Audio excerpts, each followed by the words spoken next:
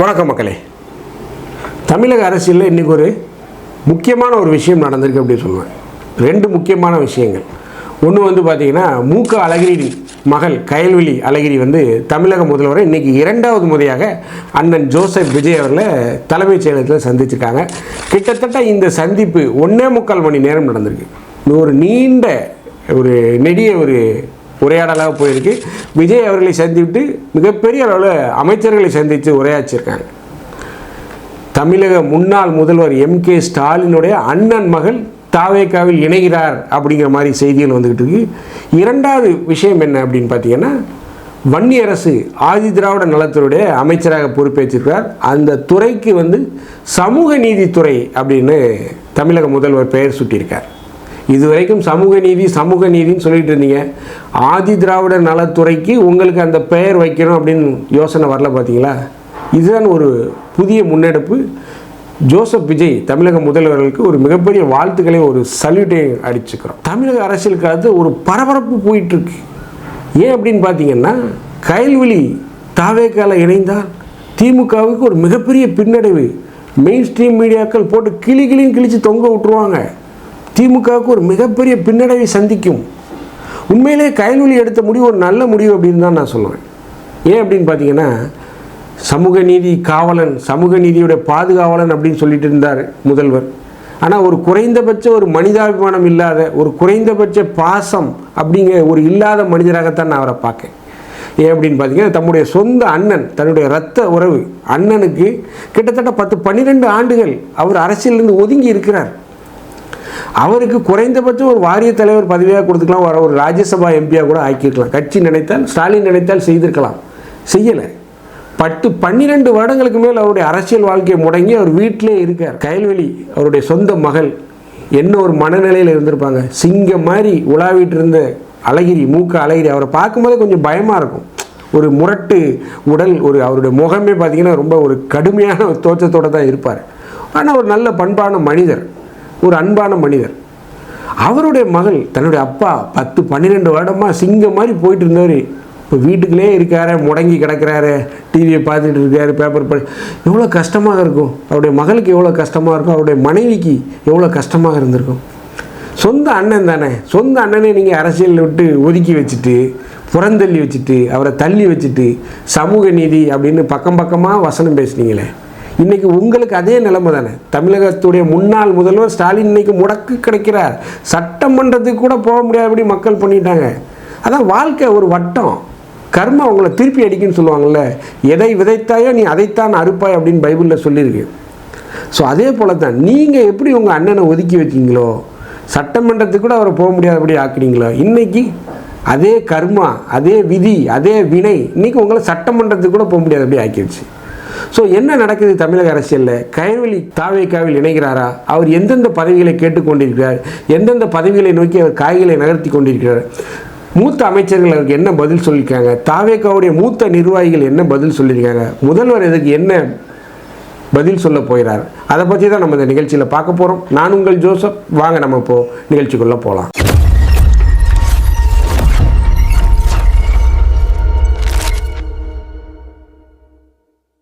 சமூக நீதி காவலன் முன்னாள் முதல்வர் MK ஸ்டாலின் இன்றைக்கி பார்த்தீங்கன்னா, சமூக நீதியாது மண்ணாங்கட்டியாதுன்னு சொல்லி வீட்டில் குப்புறப்படுத்தி கிடக்கார்.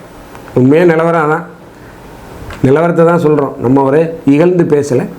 ஏன் அப்படின்னு பார்த்தீங்கன்னா, இன்றைக்கி ஆதி திராவிட நலத்துறைக்கு சமூக நீதித்துறை அப்படின்னு சொல்லி முதல்வர் ஒரு அழகான ஒரு பெயரை வைத்திருக்கார். கலைஞர் பார்த்திங்கன்னா, இந்த 3ஆம் பாலினத்தவருக்கு திருநங்கைகள் திருநம்பிகள்னு ஒரு அழகான ஒரு பெயர் கொடுத்தார். ரொம்ப வரலாற்றில் அது ரொம்ப பெரிய விஷயமாக பேசினாங்க, இந்த மாதிரி ஒரு பெயர் கொடுத்தது. ஆனால் அதே போல் இன்றைக்கி இந்த ஆதி திராவிட நலத்துறை அமைச்சகத்துக்கு சமூக நீதி அமைச்சகம் அப்படின்னு ஒரு பெயரை கொடுத்துருக்காரு முதல்வர் ஜோசப் விஜய் அவர்கள். ஒரு மிகப்பெரிய ஒரு விஷயமாகத்தான் நான் மிகப்பெரிய வரலாற்றில் பொறிக்கப்படக்கூடிய தருணம், ஒரு முன்னேற்பாடான ஒரு தருணம். ஸோ இப்பேற்பட்ட சூழ்நிலை இன்னைக்கு அழகிரியுடைய மகள் அவர்களை சந்திருக்க. ஏற்கனவே அவர் வந்து முதல்வரை அவருடைய பதவியேற்பு விழாவில் பங்கேற்ற கயல்விழி அழகிரி அவர்கள் அவருக்கு ஒரு மிகப்பெரிய பாராட்டுதலை தெரிவித்தார். மிகப்பெரிய அளவில் இளைஞர்களுடைய ஆதரவால் நீங்கள் ஆட்சிக்கு வந்திருக்கீங்க, மக்கள் உங்களை கொண்டாடுகிறார்கள் அப்படின்னு சொல்லி ஒரு மிகப்பெரிய ஒரு பாராட்டு பத்திரத்தெல்லாம் படித்தார். உங்களுக்கு எல்லாருமே தெரியும். ஸோ இப்பேற்பட்ட சூழ்நிலை இரண்டாவது முறையாக இன்னைக்கு தலைமைச் செயலகத்துக்கே வந்து முதல்வரை 10 நிமிடங்கள் சந்தித்து பேசியிருக்கார். கட்சியில் இருக்கக்கூடிய பொதுச்செயலாளர் இருக்கக்கூடிய புஷி ஆனந்த் மற்றும் மூத்த அமைச்சர்கள்லாம் சந்தித்து கிட்டத்தட்ட 1.5 மணி நேரம் 1.25 மணி நேரம் பேசியிருக்காரு தலைமைச் செயலகத்தில் நடந்த நிகழ்வு.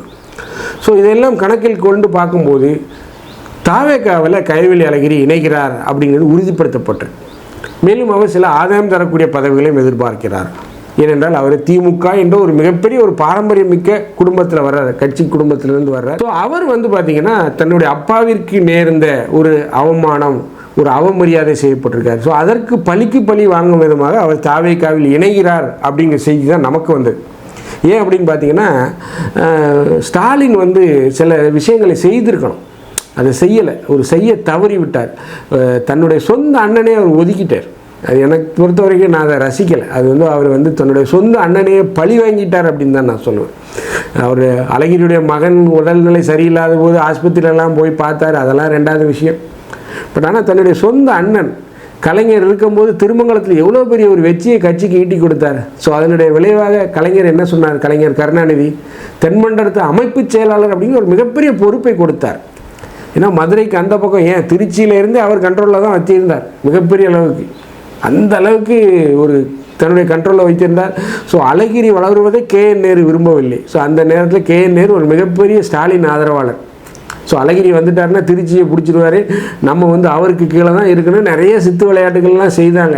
ஸோ அதை சொல்லி தான் வந்து அழகிரியை ஓரம் கட்டினாங்க. இதெல்லாம் நடந்த நிகழ்வு உங்கள் எல்லாருக்குமே தெரியும். ஒரு அண்ணனை இந்த அளவுக்கு அரசியலேருந்து ஓரம் கட்டணுமா அப்படிங்கிற ஒரு கேள்வி நமக்குள்ளே எழுதும்போது அவருடைய குடும்பத்தாருக்கு, சொந்த மகளுக்கு, மகனுக்கு, மனைவிக்கு எல்லாதான் 10 வருடம் 15 வருடம் அரசியலில் ஒரு சிங்கத்தை போல் இருந்த ஒரு மனிதர் ஒரு 10-12 வருடமாக வீட்டில் முடங்கி கிடக்கிறார். ஒரு எம்பியாக கூட ஆக முடியல, ஒரு ராஜ்யசபா எம்பியாக கூட தன்னுடைய சொந்த கட்சியிலேருந்து ஆக முடியல. சொந்த தம்பி தான் முதல்வராக இருக்கார். ஆனால் நம்ம வீட்டில் முடங்கி கிடக்கிறோமே, நம்முடைய ஆதரவாளர்கள்லாம் வந்து வெவ்வேறு கட்சிக்கு போயிட்டாங்களே, ஒரு வருத்தம் இருக்குமா இருக்காதா?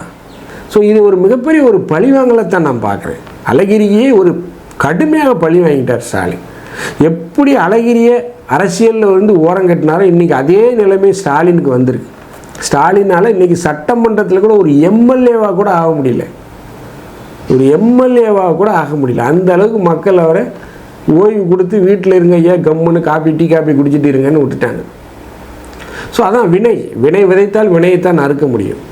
ஸோ அதனுடைய வெளிப்பாடு தான் இன்றைக்கி கயல்விழி அழகிரி முதல்வரை சந்திச்சிருக்காங்க. அவங்க வந்து மதுரை மேயர் பொறுப்பை வந்து எதிர்பார்க்குறாங்க.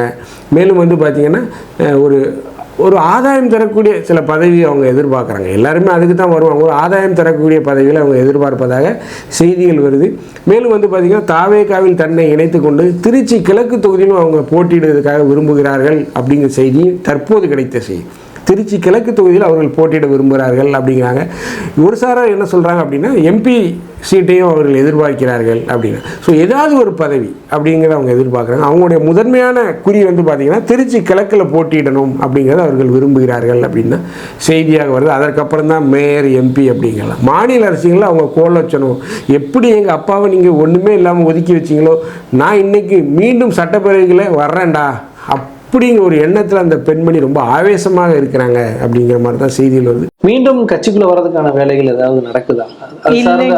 அப்பாக்கு அதுல விருப்பங்கள் இருக்கா? என்ன மாதிரி? அப்பாக்கு விருப்பம் இல்லாம இருக்குமா? எங்க ஒருத்தங்க தன்னோட சொந்த வீட்டுக்கு போறதுக்கு வந்து யாருக்கு தாங்க இஷ்டம் இல்லாம இருக்கும்? நம்ம வீட்டுக்குள்ள நம்மள விட மாட்டேங்கிறாங்க, நம்மள வந்து இப்படி அந்நிய மாதிரி வெளியிலே வச்சிருக்காங்க அப்படின்றது வந்து கண்டிப்பா ஒரு கஷ்டமான ஒரு விஷயம் தானே. அதுவும் தென்மண்டலத்துல ஃபுல்லா ஒரு கோட்டையா வந்து ஆமா, உங்களுக்கு வந்து மதுரையும் தென்மண்டலமும் வந்து பாத்தீங்கன்னா வந்து ஒரு காலத்துல அதிமுகவோட கோட்டையா இருந்தது. அதை அடிச்சு சுக்கநூறு ஆக்கி அதை வந்து இன்னைக்கு திமுகவுக்கு ஒரு பெரிய இதை கொடுத்தது அப்பா தானே. அதை மறுக்கவே முடியாது இல்லையா? என்னை பொறுத்தவரை ஸ்டாலின் செய்தது ஒரு மிகப்பெரிய தவறு. அந்த தவறுக்கு உண்டான பலனை அவர் இன்றைக்கி அனுபவிச்சுட்டு இருக்கார். சொந்த அண்ணனை ஒதுக்கியதில் ஒரு மிகப்பெரிய தவறு. என்ன தான் இருந்தாலும் தம்ம அண்ணன் அப்படின்னா கூட ஒரு சில இடங்களில் விட்டு கொடுத்து போகணும். ஸோ அவருக்கும் அரசியல் இருக்குது இல்லையா, அவருக்கும் கேரியர் இருக்குது, அவருக்கும் அரசியல் எதிர்காலம் இருக்குது, அவரை நம்பியும் ஆதரவாளர்கள் இருக்காங்க. தான் மட்டுமே இருக்கணும், தான் மட்டும்தான் எல்லாம் அப்படின்னு நினைச்சிட்டு இருந்தார். இன்றைக்கி அவரே இல்லாமல் போயிட்டார். அவரே ஒன்றுமே இல்லாமல் போயிட்டார். ஒரு எம்எல்ஏவாக கூட ஆக முடியல, ஒரு மோசமான நிலைக்கு போயிட்டார். ஸோ ஒரு மிக மோசமான ஒரு தோல்வியை சந்தித்த முதல்வராகத்தான் ஸ்டாலினை நான் பார்க்கிறேன். ஒரு சொந்த அண்ணன் என்றும் பாராமல் பழிவாங்கிய ஒரு மனிதராகத்தான் நான் ஸ்டாலினை பார்க்கிறேன். ஸோ என்ன எதுவாக இருந்தாலும் தாவேகாவில் கயல்விழி அழகிரி அவர்கள் இணைகிறார்கள். திருச்சி கிழக்கு தொகுதியில் அவர்கள் போட்டியிட விரும்புகிறார்கள் அப்படிங்கிறது நமக்கு சமீபத்தில் கிடைத்த செய்தி. இந்த வீடியோ உங்களுக்கு பிடிச்சிருந்ததுன்னா தயவுசெய்து லைக் பண்ணுங்கள், ஷேர் பண்ணுங்கள், சப்ஸ்கிரைப் பண்ணுங்கள்.